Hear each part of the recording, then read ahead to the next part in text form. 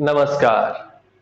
स्वागत है आपका हमारे इस नए वीडियो में जिसमें हम लोग क्लास 10th के सेशन को आगे लेकर चलेंगे, चूंकि ये उसका तीसरा वीडियो है और इस वीडियो में हम लोग इस चैप्टर को कोशिश करेंगे इसको खत्म करने का, क्योंकि हमारा ये चैप्टर सबसे छोटा चैप्टर क्लास 10th का केमिस्ट्री पार्ट का। तो देखते हैं कहाँ तक हम लोग इसको सफल कर पाते हैं। इसको आगे बढ़ने से पहले मैं आपको बता दूं कि इसको हम लोग पहले वीडियो में जाने थे, रिएक्शन क्या होता है, इसका क्या यूज है, कहाँ कहाँ पे कैसे क्या क्या कैरेक्टरिस्टिक्स होता है, ये हम लोग पता किए थे। दूसरे वीडियो में हम लोग इक्वेशन जाने थे, बैलेंसिंग जाने थे, मोर इन्फॉर्मेटिव कैसे बना ये सब जाने थे। अगर आपको ये दोनों वीडियो नहीं देखा है आपने और आपको देखना है तो आप डिस्क्रिप्शन में जाकर के लिंक देख सकते हैं। अब यहाँ बढ़ते हैं हमारे तीसरे वीडियो में, ज्यादा टाइम वेस्ट ना करते हुए, क्योंकि ये बहुत लंबा जाने वाला है। ये हमारा मेन टॉपिक, मतलब कि आज की वीडियो का हमारा जो मेन टॉपिक है वो है टाइप्स ऑफ केमिकल रिएक्शन। क्योंकि रिएक्शन केमिकल हम लोग शुरू से पढ़ते आ रहे हैं, तो ये उसका मेजर पार्ट कह सकते हैं, क्योंकि ये बता रहा है कि कितने तरह के केमिकल रिएक्शंस हम लोग को जानना है। और यहां पर अगर हम लोग ये जान लेते हैं तो शायद हम लोग इस चैप्टर को ओवर कर सकते हैं। देखिए, बोला गया है कि केमिकल रिएक्शन आपको 5 पढ़ना है। वैसे ये 6 है, पर हम लोग 2 को कंबाइन कर देंगे लास्ट में, तो ये मिलाकर 5 होता है। बाकी सबका अलग अलग कैटेगरी है। हम कोशिश किए हैं इसको एक शॉर्ट फॉर्म में याद कराने का, मतलब बिल्कुल डेफिनेशन तो अब आप लोग बना सकते हो, बस आपके दिमाग में कॉन्सेप्ट होना चाहिए। और अगर वही कॉन्सेप्ट हम आपके दिमाग में डाल देते हैं तो डेफिनेशन मैटर नहीं करता है। देखिए, हमारा पहला रिएक्शन है कॉम्बिनेशन रिएक्शन। नाम से पता चल रहा है, combination means to combine. Combine मतलब टू ऐड, कंबाइन कर रहे हैं। कंबाइन का मतलब कोई भी दो चीज मिलकर के एक हो जाता है, तो इस रिएक्शन को कॉम्बिनेशन रिएक्शन बोलते हैं। क्योंकि यहां पर दो अलग अलग एलिमेंट, दो अलग अलग कंपाउंड अगर मिला दे तो एक नया ही सब्सटेंस बनेगा और एक ही सब्सटेंस बनेगा। तो ऐसे सब्सटेंस को हम लोग बोलते हैं कॉम्बिनेशन रिएक्शन। और इसको अगर हम लोग को समझना है तो समझिए, देखिए, ए आप मान लीजिए कि अलग ही आपका सब्सटेंस है, बी आपका कोई अलग सब्सटेंस है। इन दोनों के बीच जब रिएक्शन करवाएंगे तो हमारा जो सब्सटेंस बनेगा वो बनेगा ए बी। यही है हमारा बेसिक और सबसे आसान रिएक्शन, जिसको हम लोग कॉम्बिनेशन रिएक्शन बोलते हैं। इसका एग्जांपल ही बहुत आसान है, मतलब हम बेसिक एग्जांपल, छोटे छोटे एग्जांपल देंगे जो कि आप मतलब 6 7 8 9 10th में है, इतना क्लास से पढ़ते आ रहे हैं।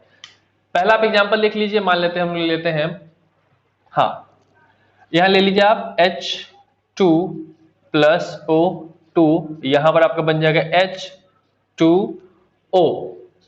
अब इसको बैलेंस कर देते हैं, क्योंकि O2 है, हम आपको बताएं इसको बैलेंस कैसे करना है। तो हम अगर यहाँ 2 कर देते हैं तो ऑक्सीजन हमारा तो हो गया, हाँ लीजिए 2H2 प्लस O2। अब इसका अगर स्टेट हम बोले लिखने के लिए, फिजिकल स्टेट याद होगा पिछली वीडियो में हम बताए थे, तो इसका फिजिकल स्टेट है हाइड्रोजन आपका गैस है, ये भी ऑक्सीजन भी आपका गैस है, और ये H2 आपका लिक्विड है। ये आपका पहला एग्जांपल है कॉम्बिनेशन रिएक्शन का, जिसमें क्या किए 2H2 plus O2 is equal to 2H2O, और ये है हमारा कॉम्बिनेशन रिएक्शन का पहला एग्जांपल। एक और दे देते हैं, चूंकि शुरुआती है, हम 2 एग्जांपल हमेशा देते हैं। आप ले लीजिए C plus O2 form CO2। हाँ, इसमें C भी आपका गैस, ऑक्सीजन भी गैस, और ये बना भी गैस। तो ये आपका 2 एग्जांपल है जो कि कॉम्बिनेशन रिएक्शन को बता रहा है। उसके बाद बढ़ते हैं सेकंड में, डिकम्पोजिशन। डिकम्पोजिशन मतलब होता है टूटना। ये जिस कंपोजिशन में है उसको तोड़ा जा रहा है, ये कहलाता है डिकम्पोजिशन। ये बोल सकते हैं कि ये कॉम्बिनेशन का जस्ट ऑपोजिट है, ये एक दूसरे का वाइस वर्सा है। कॉम्बिनेशन में जोड़ते हैं, डिकम्पोजिशन में तोड़ते हैं। अब ये डिकम्पोजिशन में तोड़ रहे हैं, मतलब कि जो हमारा ए बी बना है इसको तोड़ना है। पर कॉम्बिनेशन हमारा सिर्फ एक ही टाइप का था, उसमें हम लोग अलग अलग टाइप्स नहीं ढूंढे थे। पर डिकम्पोजिशन में हम लोग 3 टाइप्स देखेंगे, मतलब अलग अलग तरह का डिकम्पोजिशन होता है। पहला जो डिकम्पोजिशन हम लोग बोलते हैं, इसको बोलते हैं बाय हीट, यानी इसको थर्मल डिकम्पोजिशन कहते हैं। दूसरा वाले को इलेक्ट्रिकल डिकम्पोजिशन कहते हैं, और तीसरा है आपका फोटो डिकम्पोजिशन। याद रखेंगे, थर्मल डिकम्पोजिशन, इलेक्ट्रिकल डिकम्पोजिशन और फोटो डिकम्पोजिशन। फोटो का मतलब यहाँ पर वो नहीं जो हम लोग खींचते हैं, ये आपका फोटो का मतलब है लाइट। फोटो का मतलब लाइट, फोटो डिकम्पोजिशन मतलब कि डिकम्पोजिशन जो होता है वो लाइट के माध्यम से हो रहा है। यहाँ पर ये तीनों कंडीशंस को बताएगा। थर्मल का मतलब कि टूटने के लिए हम लोग उसको हीट एनर्जी दे रहे हैं तब वो टूट रहा है। इलेक्ट्रिकल का मतलब इलेक्ट्रिक करंट दे रहे हैं तब वो टूटता है। फोटो का मतलब जब तक लाइट नहीं पड़ेगा वो टूटेगा नहीं, मतलब रिएक्शन स्टार्ट होगा नहीं। इससे ये बात तो साबित हो गया कि यहाँ पर पहला जो कंपाउंड होगा हमारा वो कंपाउंड है जो टूटने वाला है, और दूसरा जो कंडीशन है वो ये तीनों कंडीशन है। मतलब जो डिकम्पोजिशन होगा वो इन तीनों के कारण ही होगा। आइए देखते हैं पहला डिकम्पोजिशन रिएक्शन जो कि थर्मल है। तो थर्मल के लिए हम ले लेते हैं कैल्शियम कार्बोनेट CaCO3। इसको हम क्या कर दिए, हीट, चूंकि ये थर्मल है तो ऊपर में हीट देंगे, ये टूटेगा टूटेगा CaO calcium oxide plus carbon dioxide में। ये आपका थर्मल डिकम्पोजिशन है। इलेक्ट्रिकल डिकम्पोजिशन में हम लोग वो काम भी कर सकते हैं जो नॉर्मल हमसे तो पॉसिबल ही नहीं है। आप लोग कर सकते हो, ये आपके ऊपर है, आप लोग को कोई डाउट नहीं है हमको कि आप लोग ऐसा कर दोगे। करना है बस ये है कि आपको पानी को तोड़ना है, अलग कर देना है ना, बहुत आसान। आप लोग कर सकते हैं, पर फिजिकली हमसे पॉसिबल नहीं है। हम इसको भाई साइंस की मदद से कर सकते हैं, हम साइंस के स्टूडेंट हैं, आप लोग भी साइंस के स्टूडेंट है, भरोसा रखिए कर सकता है। देखिए, अगर नॉर्मल इंसान से पूछे तो नहीं भैया पानी कैसे तोड़ सकते, it's not possible, but it is possible with the help of chemical reaction, और उस केमिकल रिएक्शन का नाम है इलेक्ट्रिकल डिकम्पोजिशन। करना कुछ नहीं है, H2O में आप क्या करो, पास करवा दो इलेक्ट्रिसिटी। वो क्या कर देगा, इसको तोड़ देगा 2H2 प्लस O2 में। मतलब ये पॉसिबल है, ये आप लोग अभी नया नहीं जान रहे हो, ये आप लोग पढ़े थे 8 क्लास में, इलेक्ट्रोलाइसिस ऑफ वाटर, याद आया। इलेक्ट्रोप्लेटिंग में हम लोग कॉपर सल्फेट को तोड़ते थे, तो वो भी तो एक तरह का इलेक्ट्रोलाइसिस ही है ना, करंट की मदद से ही ना तोड़ रहे हैं। तो यहाँ पर इलेक्ट्रिकल डिकम्पोजिशन को इलेक्ट्रोलाइसिस भी कह सकते हैं, electrolysis of water. Copper sulphate भी तोड़ दीजिए आप, इसमें NaCl को भी आप तोड़ के अलग कर सकते हैं, उसमें पानी मिलाइए, Na अलग हो जाएगा, Cl अलग हो जाएगा। तो ये यहाँ पर जो है इलेक्ट्रिकल डिकम्पोजिशन काम कर रहा है। फोटो डिकम्पोजिशन, आपसे मैं एक सवाल पूछता हूं, आप घर में कोई भी चीज तोड़ते हो सबसे पहले मम्मी का आवाज आता है, बट अगर आप मम्मी को ये कॉम्प्लीमेंट दो कि मम्मी हम तो इंसान है, इवन लाइट भी चीजों को तोड़ता है, तो शायद दूसरा थप्पड़ भी पड़ेगा आपको। ये सब नहीं देना है, क्योंकि मम्मी साइंस में कहाँ अगर पढ़ी लिखी है तो। वेल, फोटो डिकम्पोजिशन में क्या होता है, लाइट तोड़ता है, कंपाउंड को अलग अलग कर देता है। इंटरेस्टिंग है ना। देखिए, एक दो कंपाउंड हर बुक में आपको मिल जाएगा। पहला कंपाउंड है सिल्वर क्लोराइड और दूसरा है सिल्वर ब्रोमाइड। ये दोनों का दोनों कंपाउंड लाइट से टूटता है, अलग हो जाता है। इसको कैमरा रील में पहले यूज भी किया जाता था। हम ले लेते हैं AgBr, और ये जब लाइट इस पे पड़ता है AgBr पे, तो ये टूटता है 2Ag और प्लस Br2 में। देखिए, इवन लाइट भी चीजें तोड़ रहा है भाई, तो हम लोग किस खेत की मूली है। वेल, ये फोटो डिकम्पोजिशन मतलब कि लाइट के मदद से कंपाउंड अलग अलग हो रहा है, इसको फोटो डिकम्पोजिशन कहते हैं। ये दो चीज बहुत आसान था। इवन अगर मेरे से पूछा जाए कि सर आपका फेवरेट रिएक्शन कौन सा है ये पांचों में से, तो मैं तो बोलूंगा भैया डिस्प्लेसमेंट मेरा फेवरेट है। कैसे?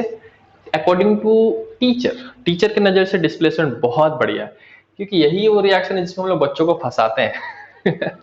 फंसाना इन द सेंस की ट्रिकिएस्ट क्वेश्चन हम लोग यहीं से लाते हैं। कैसे लाते हैं? देखिए, मतलब आसान ही रहता है, अगर कोई बच्चा सही से पढ़ ले तो बहुत आसानी से सॉल्व कर देगा, पर जो नहीं पढ़े उसका तो कोई पाई नहीं है। डिस्प्लेसमेंट का मतलब होता है डिस्प्लेस कर देना, अलग हटा देना, भगा देना, विस्थापन कर देना, जगह बदल देना।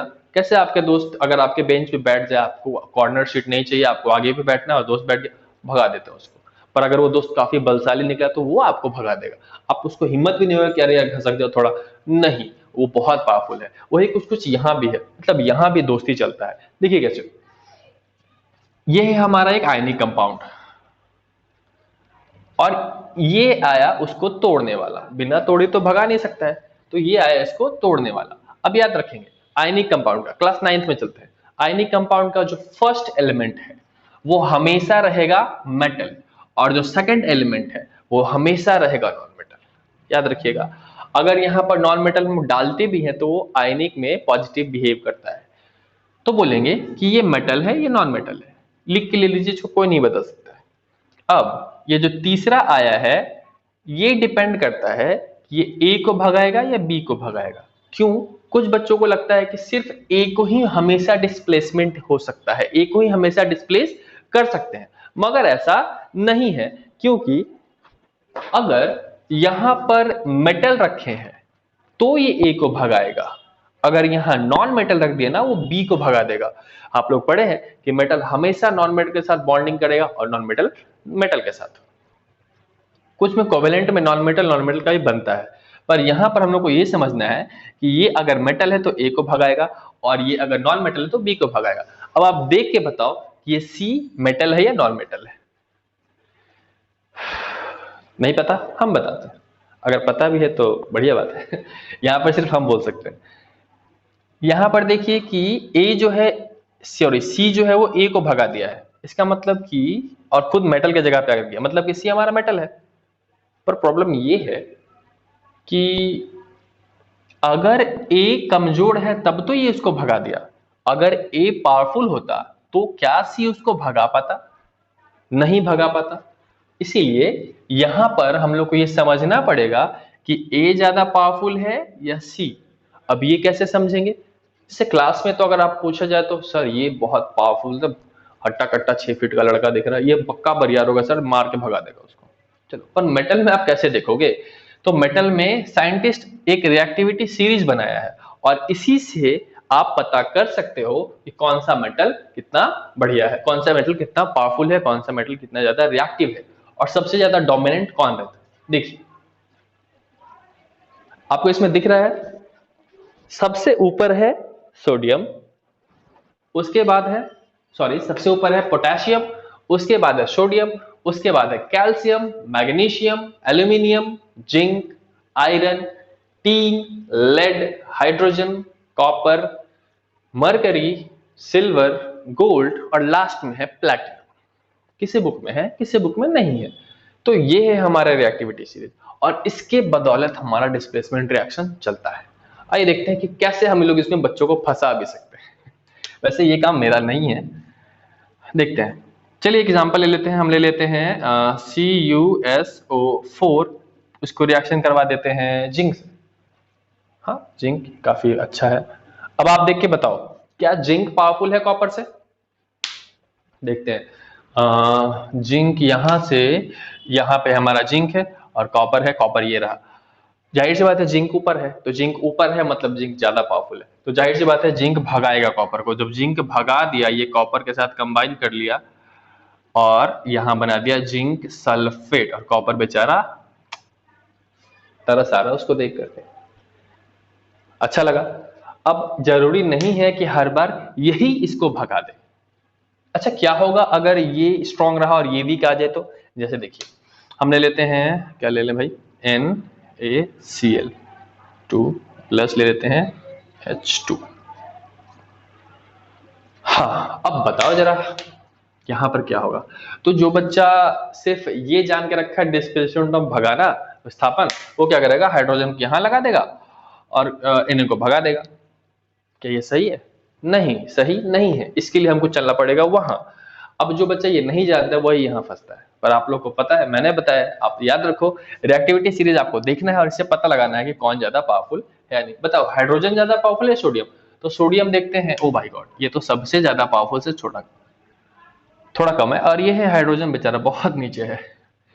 तो यहाँ पे तो इसको हटाने से रहा, तो यहाँ पर आंसर क्या होगा? तो यहाँ पर आप लिखने वाले हैं नो रिएक्शन। याद रखिएगा,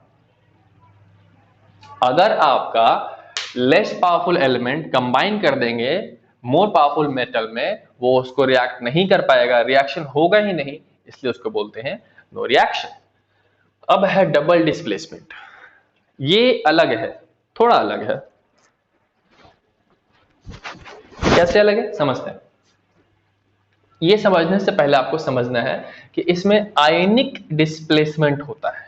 आयनिक डिस्प्लेसमेंट आप पढ़े हैं ना कि Na पे +1, Cl पे -1, ये आपका कैटायन है, ये आपका अनायन है, ये आपस में इंटरलिंक होता है और बनता है NaCl। इसका 1 यहां, इसका 1 यहां। यही है आपका आयनिक बॉन्ड जो कि इसमें चेंज होता है। अगर आपको हम ये बता दें, अरे यार इसको डिलीट करना पड़ेगा। देखिए आप समझिए कैसे कैसे ये काम करता है।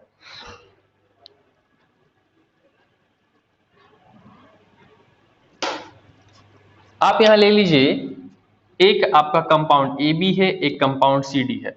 अब देखो यहां पर ध्यान से देखना, ए बी सी डी, चूंकि यहां पर बना है ए डी, यानी एक यहां से यहां चला गया और एक यहां से यहां आ गया, तो बोलते हैं कि यहां पर जो डिस्प्लेसमेंट एक नहीं, यहां दो दो डिस्प्लेसमेंट हो रहा है। यहां पर सिर्फ एक डिस्प्लेसमेंट होता था, सिर्फ एक को भगाया अलग रह गया, पर यहां दो दो एक दूसरे को डिस्प्लेस करते रहे, इसलिए इसका नाम पड़ा डबल डिस्प्लेसमेंट। आप यहां पर एग्जांपल में आप देखिए, समझिए, हम बताते हैं क्या हो सकता है।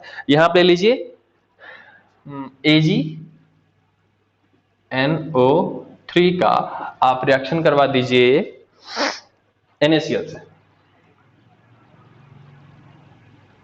अब ये क्या बनेगा, देखो ये मेटल है और ये भी मेटल है, तो ये मेटल जब भी जाएगा वो नॉन मेटल के पास, और ये मेटल जब भी जाएगा नॉन मेटल के पास, तो ये आपका बन जाएगा AgCl2, ये बन जाएगा AgCl, और ये हो जाएगा NaNO3। इसका नाम है सिल्वर क्लोराइड और यह है सोडियम नाइट्रेट।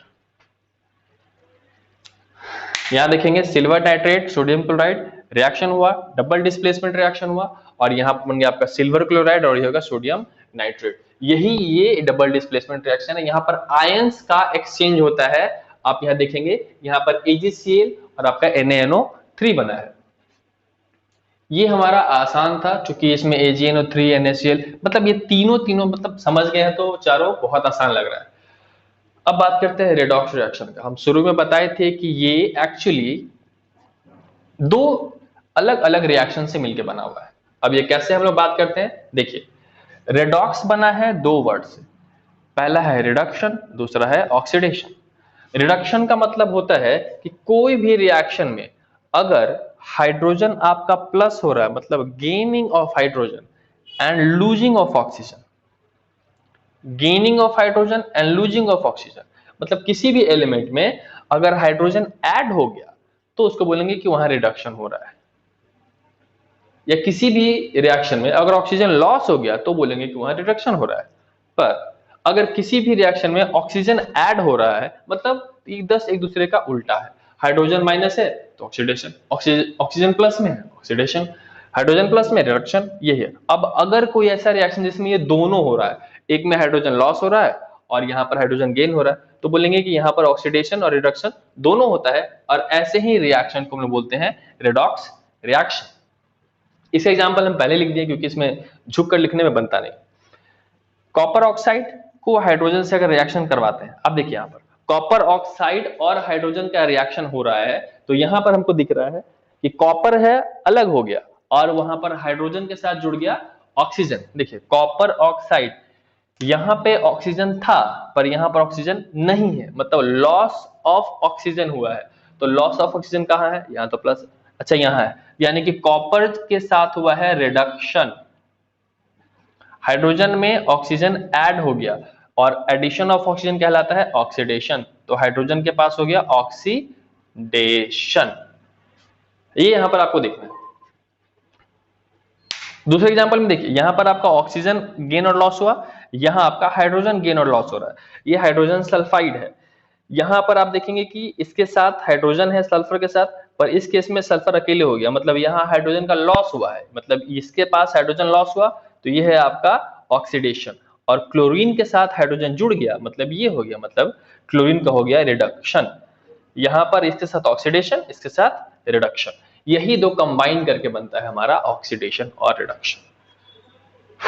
खत्म, पांचों टॉपिक खत्म। इसमें कुछ खास नहीं है, नाम पे आपको जाना है, कुछ ट्रिकी भी है जो कि आपको फंसाएगा, तो आप इससे बच सकते हैं। रिडॉक्स रिएक्शन पे कोशिश करना चाहिए, थोड़ा आपको इसमें भी दिखाना है कि हाँ सर इसमें हमको थोड़ा पढ़ना पड़ेगा। रिडॉक्स रिएक्शन थोड़ा कॉम्प्लिकेटेड होता है, एग्जांपल्स वगैरह में ही दिमाग लगाना पड़ेगा आपको, बाकी सब आसान है। ये है हमारा टाइप्स ऑफ केमिकल रिएक्शन जिसको हम लोग अभी ओवर किए हैं। अगले वीडियो में इसको खत्म करेंगे क्योंकि ये वीडियो बहुत लंबा हो गया है। अगली वीडियो में खत्म हो जाएगा, वो मुश्किल से 10 मिनट का टॉपिक है, वो भी खत्म हो जाएगा। मिलते हैं अगले वीडियो में, तब तक रखिए अपना ख्याल, बाय।